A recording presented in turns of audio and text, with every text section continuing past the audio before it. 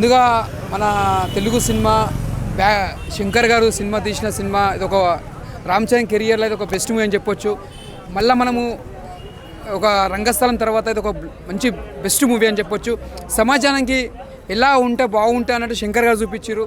అంటే అవినీతి ఇలా చేయకుండా మనం నిజాయితీగా పోరాడి గెలిచి సాధించుకొని ఓట్లేసుకొని మనలో మనం కాపాడుకోవాలి జనాలని చూపించారు శంకర్ గారు. ఇది ముందుగా హ్యాట్సెట్ చెప్పాలి. ఇప్పుడు రాజకీయంలో నడుస్తుంది అట్లా, కానీ అట్లా కాకుండా ఒక డిఫరెంట్గా తీసిండు.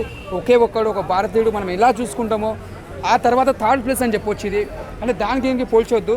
అంటే దేనిది క్యారెక్టర్ దానికి అలాగ ఉంటుంది. ఒకే స్టోరీ అలాగ ఉంటుంది, భారతీయుడు స్టోరీ అలాగ ఉంటుంది, గేమ్ చేంజర్ స్టోరీ అలాగ ఉంటుంది.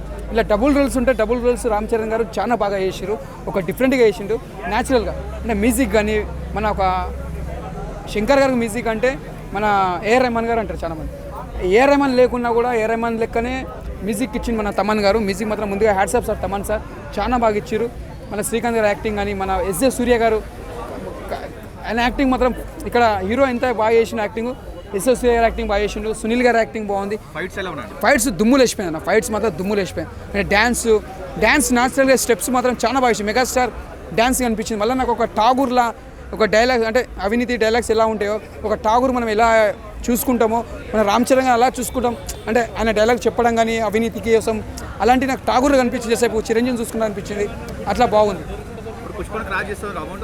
పుష్ప అది హిట్ అయిపోయింది. ఇక మన ఈ సినిమా ఆల్రెడీ దానికంటే ఒక దాడుతుంది కొద్దిగా 100% దాడుతుంది. పుష్ప కంటే కొద్దిగా దాడుతుంది.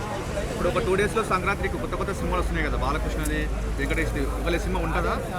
లే సంక్రాంతికి మన తెలుగు సినిమాలు అన్నీ బాగుండాలి, అన్నీ ఇట్టు కొడతాయి.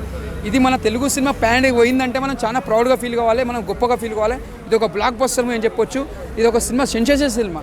అంటే ఎక్కడ తగ్గకుండా సినిమా బాగా తీసి శంకర్ గారు.